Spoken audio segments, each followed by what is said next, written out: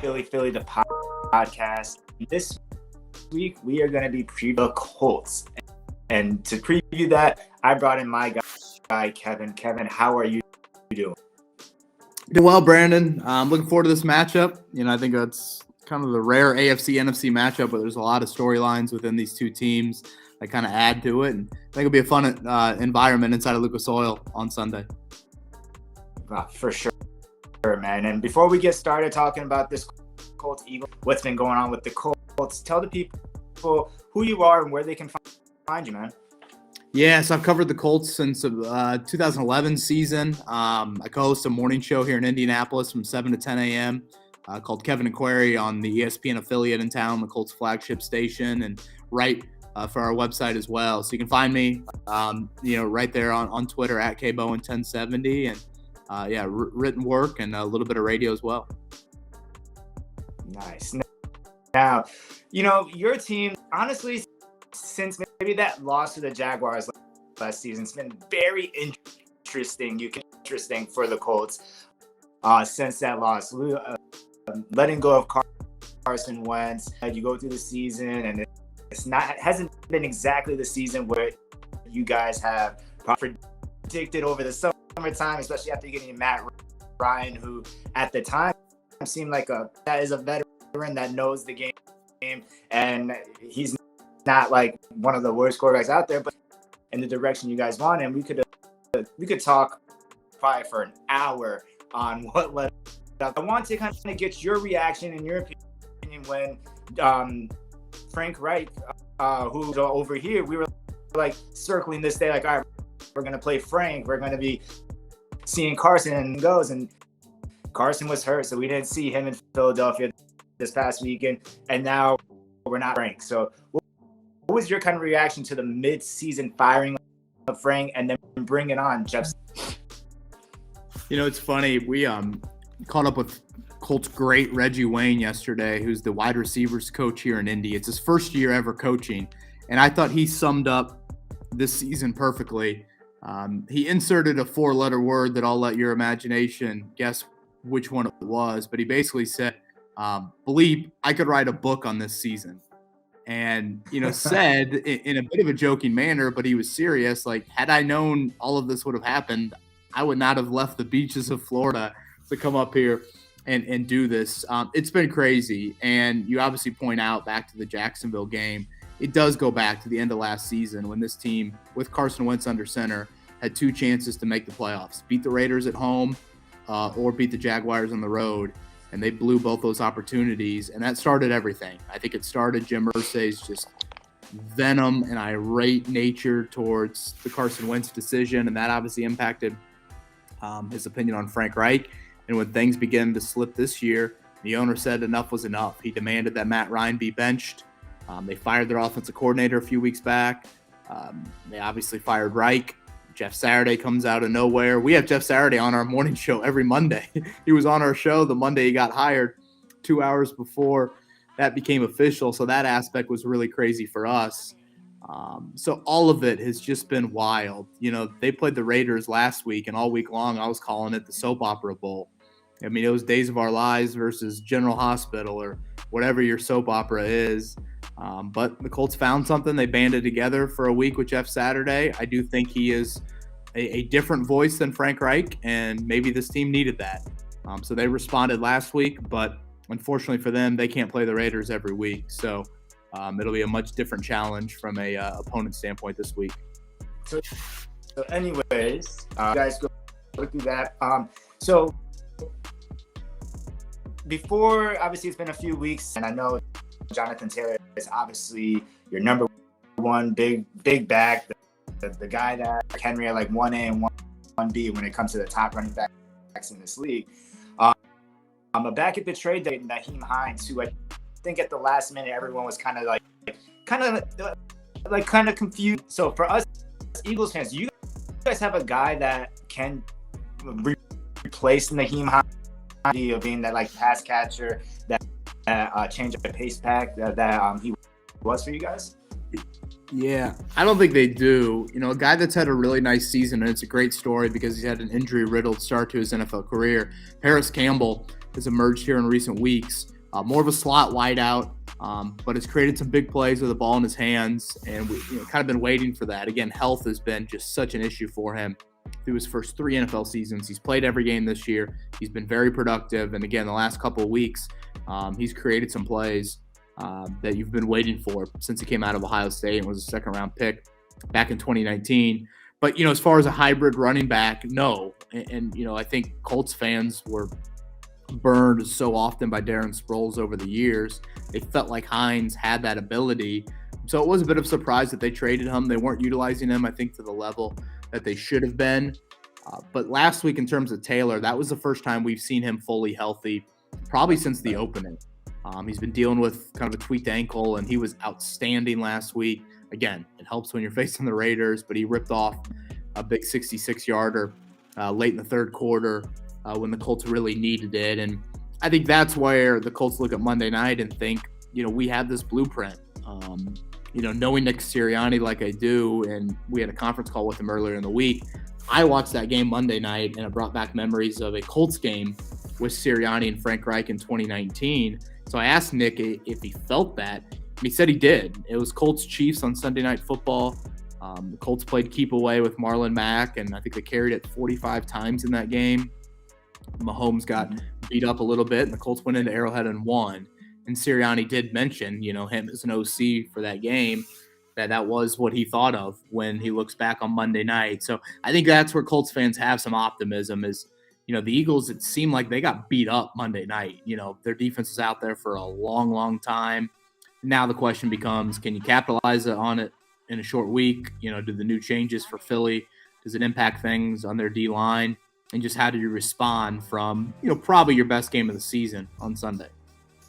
I mean, if you look at ESPN or you follow the Eagles at all, or even just seen a little tick for the Eagles after letting guys like Pierce and Robinson kind of run between Houston and Washington, and they just went out. Was like, all right, we got to get the big boy Jordan Davis go down, and he was really hit the rock. I mean, everyone knew that he was like a freak, but who would have thought that he would have such a big role with this defense, and seeing him out has really shown by in the middle. We've been getting run over, so we went out. We got Joe Ndamakong to hopefully, if they play this weekend, we'll see if they're in football shape.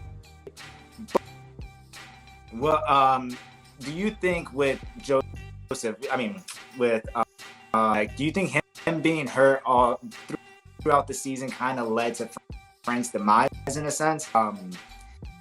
You alluded to that he hasn't been healthy all season, and then hiring. But if he was healthy all season, I mean, we could play what ifs all day. But Jonathan Taylor's injury was part of the reason why Frank might have kind of, in a sense. Yeah. I think the root of the Colts' issues just dates back to their offensive line. More than Taylor's, in and out. Really, it's just been the past month for Taylor. Their offensive line is the highest paid group in the NFL, and it is not played like that at all. I mean, you talk about a great offensive line, they're going to see it on the visiting sideline Sunday. And the Colts have not played like that on their own end. They've got a lot of high draft picks. They've got a lot of big contracts across that unit. And it just has not – you go across the board, all 5 guys, there's been some level of regression, whether it be changes at left tackle or right guard, or just guys not living up to the contract. Matt Pryor, a former Eagle, I mean, they thought he'd be the starting left tackle this season. And it was, hindsight is very 20/20, but even at the time, Colts fans were like, wait, what? And he's been benched and was benched at right guard too. They've had 3 different left tackles and 3 different right guards, and none of that is due to injury. So that, I think, is the biggest reason for why Marcus Brady, their OC, got fired. Frank Reich got fired. Nyheim Hines was traded. Matt Ryan was benched. All those things. Now, Ryan himself, when he was starting earlier in the year, he had a lot of turnovers, a ton, and very uncharacteristic for his career, especially a 15-year guy. That's 37 years old. But like I was saying earlier, and I always throw in the caveat of like it was the Raiders. That is something that you probably just have to acknowledge. but it probably was their most they've supported their quarterback this season, and then their quarterback supported them on Sunday with what their O-line gave them. Matt Ryan has hit one time in 28 pass attempts, was not sacked.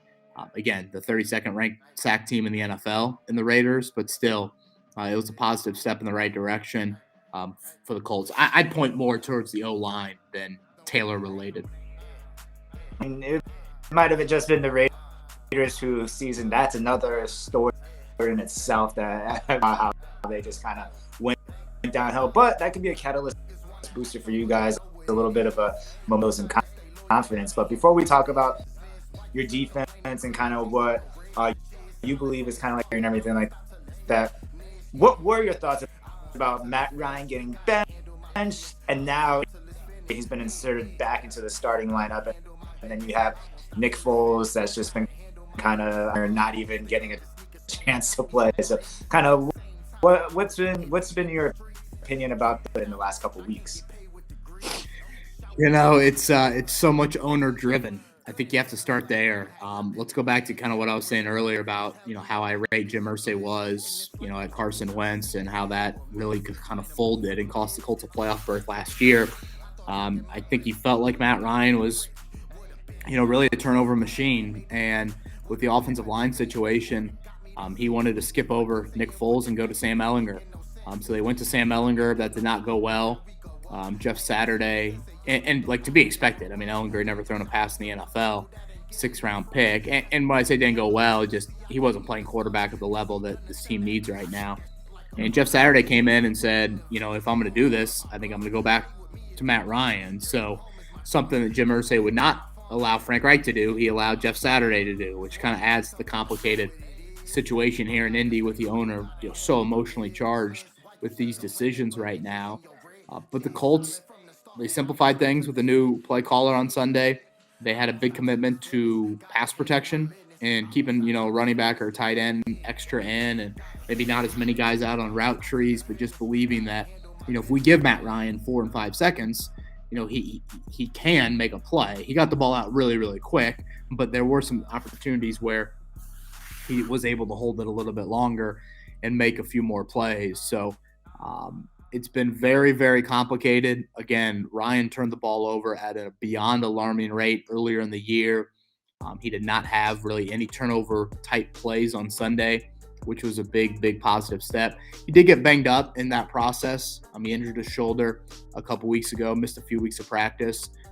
But still, this is a guy that's taken a lot of hits this season. And when you've put him in turnover moments, he has made those turnovers. So with Philly and their turnover margin this season, that'll obviously be something to watch on Sunday. All right. Now, I know in the past, going into this year, your defense was kind of like one of your strongest suits. I feel like even in fantasy defense, because you guys have a solid defense. Talk to me about your thoughts on how your season so far. Yeah, the defense has been very, very sound, and it starts up front. They have arguably the best defensive tackle duo in the NFL, and Grover Stewart and DeForest Buckner. Very disruptive, very productive, first, second, and even third down. So that's where everything starts for this defense.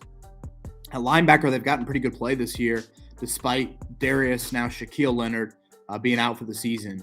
He played very limited in a few games, a nagging ankle injury that needed back surgery. He just had back surgery earlier this week, so his season is officially done. 2 back surgeries in 5 months. Really unfortunate. An elite playmaker. And that is probably one thing that has been missing. The Colts have not created enough of those turnovers or gotten their hands on a whole lot of balls. But outside of that, they've been solid and just, making sure that they're doing their part of the units and just providing some heavy lifting. In the secondary, Stephon Gilmore shows that he still has a good amount left in the tank at the age of 32. He's made some big plays late in games to finish them off. We saw one on Sunday with him and Devontae Adams in man coverage on 4th down, and Gilmore forced the incompletion there. So Gus Bradley's a first-year defensive coordinator. Hasn't overhauled things too much. The edge pass rush hasn't been great. Yannick Ngakoue was brought over in the offseason and has had some sacks, but not as much disruption as you would like. So it's a pretty solid unit at every level. Granted, look at the offenses they've played. You probably have to account for that.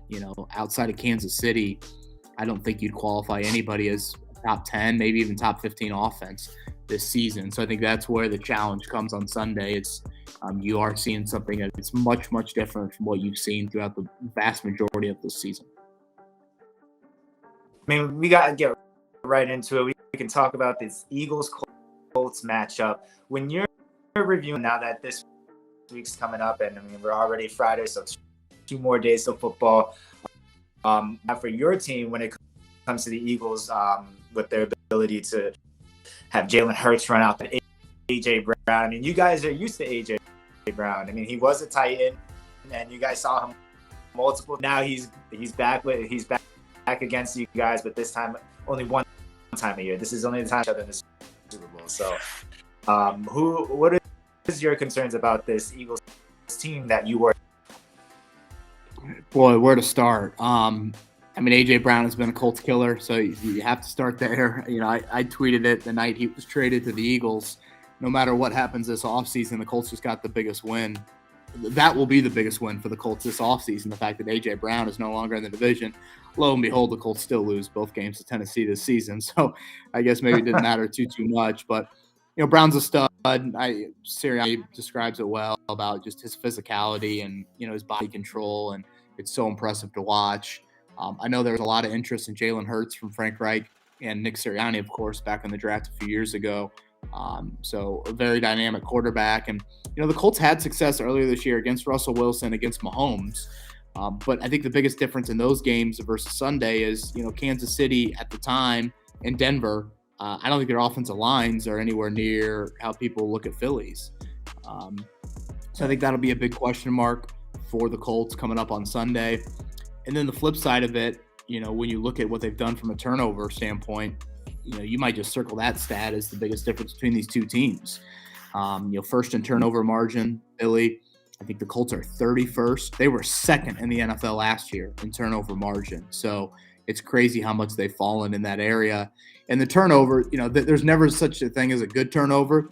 It seems like the Colts have had like extra bad turnovers, like right on the doorstep of scoring. Last week they had a fumble right along the red zone. They've had that a lot this year. They set up some short fields for the opponents with that. So I think that's what probably stands out to me the most. Again, they haven't played a lot of great offenses. I don't think they played a top 10 scoring offense all year. And also, I think you have to factor in the wideout duo of Brown and Smith. You look at the wideouts the Colts have played this year, you know, Terry McLaurin and, you know, Devontae Adams, and really that's it, you know, from a top flight offense. You know, it's just part of being in the AFC South. There's not, you know, much potency there at the wideout position. So that will be a big challenge for this corner group. And I mean, on the flip side, I think to worry about, what are some things that maybe we should be looking out for that and take advantage of when it comes to for your guys' sake for something? Yeah, I mean, I mentioned that defensive tackle duo earlier. I mean, if they're able to neutralize Miles Sanders and whatever Philly's trying to do in that, you know, kind of interior run game, that can obviously allow more people to go to the perimeter for when the read option stuff goes down that path. And then I'll go back to the Monday blueprint. I mean, you brought up Dameon Pierce and Brian Robinson. Those guys aren't Jonathan Taylor. And you look at what Washington did, it was very a death by 1,000 paper cuts with that run game. It was, you know, get into 3rd and short. And I mean, I swear every time I looked up Monday night, it was 3rd and 2 or 3rd and 1 or 3rd and 3. And it was a very methodical approach. On paper, the Colts should be able to do that. Again, this O-line is heavily invested. Taylor was a high draft pick. I don't know if people will remember this game from last season, but it was a week ago or a year ago this week. The Colts went to Buffalo. Jonathan Taylor had 5 touchdowns. They played keep away, and they beat the Bills in Buffalo. Again, it's that sort of blueprint that you feel like should be there on paper, but it hasn't been this season. You know, I want to make that very clear. The 2022 Colts have not shown they can do that, but Sirianni, I know, knows that. And that's why I do think from a mindset, you know, focus standpoint, you know, it's probably an ideal opponent for Philly in that the head coach certainly knows them well. But the physical aspect and the toll of Monday night, I'll be curious to watch. It seemed like Fletcher Cox had really candid comments earlier this week about how he was feeling coming out of that game. And I think if you're the Colts, you had to love seeing how much Philly's defense was on the field. Now the question is, can you sustain those drives? Can you finish off those drives? Because despite all that, and 3 real turnovers for Philly, they still scored 21 points in 20 minutes of having the ball, which shows how potent they are offensively. Exactly. I mean, I know Eagles fans, we were talking about it for multiple days after. It just seemed that, yeah, you're right. Like, this is kind of something that we worried about. We after seeing the game Monday night, we have Jonathan Taylor. We started to play Derrick Henry twice. I mean, Green Bay's Green Bay, but they got Aaron Jones. So we have to play backs the rest of the season. And I'm sure that's why Howie Roseman went ahead and called Higginsu just to be some bodies in there to help alleviate some of the things that, like, Fletcher was having like 70 snaps, and he was saying that was like the most he's had in his career. And that's something at his age that we don't need, because you could tell there were times where he looked tired, the defensive line looked tired. The Eagles had plenty of opportunities to win that game because of some of the turnovers. Just a recipe for victory for another team if you're able to get to 31 and convert that, get to 30 and take 1,000 plays down the field and hold the clock. So I'm sure that's going to be a strategy. Maybe you get a little pass happy and we can send the dogs after Matt Ryan. You guys do have one of the best running backs in the league, so hopefully we can neutralize him. I want to thank you for joining us on Philly the podcast. One more time, just let the people know who you are. Yeah, appreciate it, Brandon. Again, Kbowen 1070 on Twitter, as you can see on the screen, and then do host a morning show here in Indy each morning from 7 to 10 a.m. and written content-wise up on 1075thefan.com. So looking forward to the matchup. Love Nick Sirianni. He's one of my favorite people that I've come across in the business. Can see why he's immediately connected with so many players and some fans there. And I thought the opening press conference was a bit overblown. I will admit, I thought he might be a little bit in over his head if he stuck with play calling, but pretty mature decision, I thought, to kind of offset that, and some great success for a great dude. So appreciate you having me on, Brandon, and everybody have a great Thanksgiving next week. Yeah, you again. And for everyone that likes this kind of content, make sure you guys like and subscribe. But till next time, we're going to get that dub. Eagles fans everywhere, this is for you. Fly, Eagles flying on the team. Touchdown, time to get Jalen this ring. You don't really want to start a thing. This a Bird Gang Nation, baby. It's a Philly thing. Hater, and you looking like you type trash. I'm just here calling on Philly the podcast.